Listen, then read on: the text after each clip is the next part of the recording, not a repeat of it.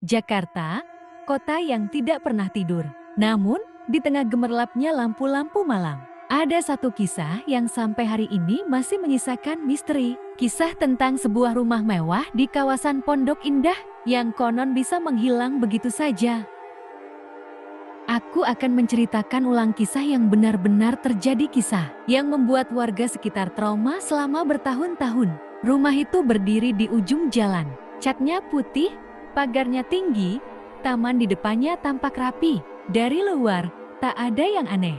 Namun, warga sekitar tahu, sejak tahun 1983, tak ada satupun keluarga yang berani menempati rumah itu. Katanya, dulu rumah itu milik keluarga kaya. Tapi pada suatu malam, mereka semua ditemukan tewas di dalam rumah. Tidak ada tanda-tanda perampokan, tidak ada jejak pelaku. Dan sejak saat itu, rumah itu kosong. Warga sering mendengar suara piring dan sendok dari dalam rumah. Lampu ruang tamu kadang menyala sendiri. Namun setiap kali diperiksa, rumah itu selalu terkunci rapat. Malam itu, seorang sopir taksi bernama Pak Suyono sedang berkeliling mencari penumpang.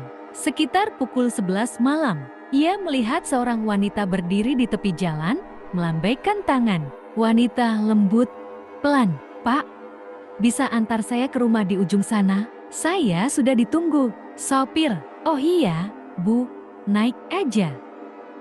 Perjalanan hanya sekitar 2 menit. Wanita itu diam, menatap keluar jendela.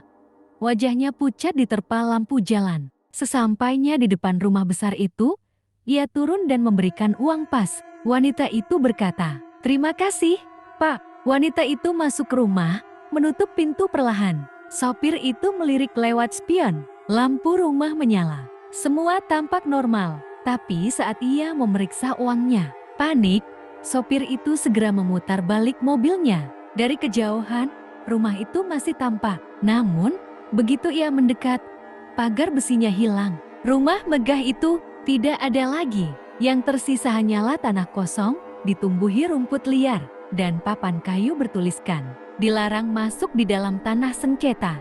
Sopir itu menatap tangannya dan uang dari wanita tadi sudah lenyap. Ketika mencoba menyalakan mesin, mobilnya tak bisa hidup. Ia mendengar suara tawa pelan dari arah rumah kosong itu. Tawa yang suaranya sama dengan wanita tadi. Keesokan harinya, cerita Pak Suyono menyebar ke warga sekitar. Banyak yang penasaran dan datang ke lokasi.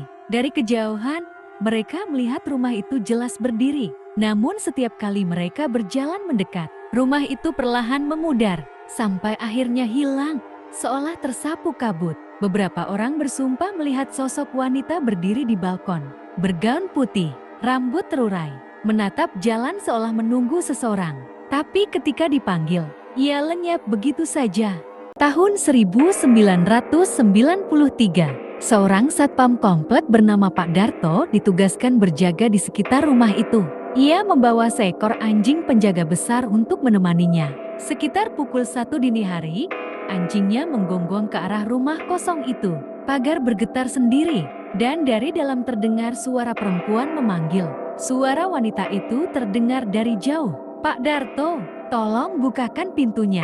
Pak Darto menyorotkan senter, tapi yang terlihat hanya tembok. Tiba-tiba, anjingnya menjerit keras, dan ketika lampu dinyalakan, anjing itu sudah mati.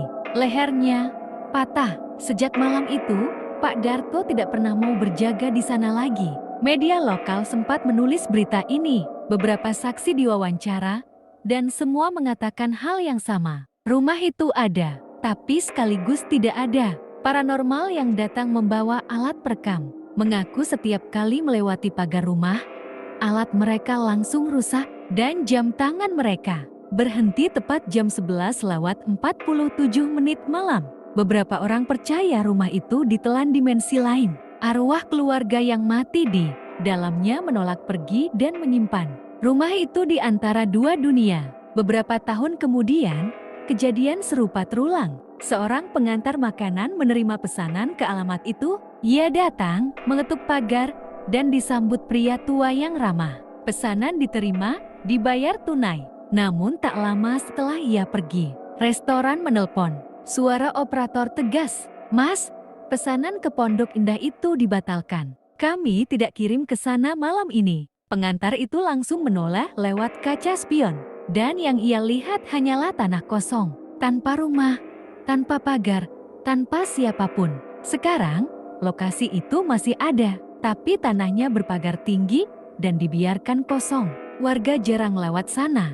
Terutama setelah maghrib. Mereka bilang, kadang masih terlihat cahaya dari jendela lantai 2. Dan kalau kamu beruntung, atau mungkin sial, kamu bisa melihat wanita bergaun putih menatapmu dari kejauhan. Tak ada yang tahu apa sebenarnya yang terjadi dengan rumah itu. Apakah benar rumah itu menghilang, atau hanya muncul bagi orang-orang tertentu? Yang jelas, sampai hari ini, rumah itu masih disebut-sebut warga sebagai rumah yang menghilang di Pondok Indah. Dan jika suatu malam kamu melintas di kawasan itu, dan melihat rumah besar dengan pagar besi dan lampu yang redup, jangan berhenti, karena mungkin yang kamu lihat bukan dunia yang sama denganmu.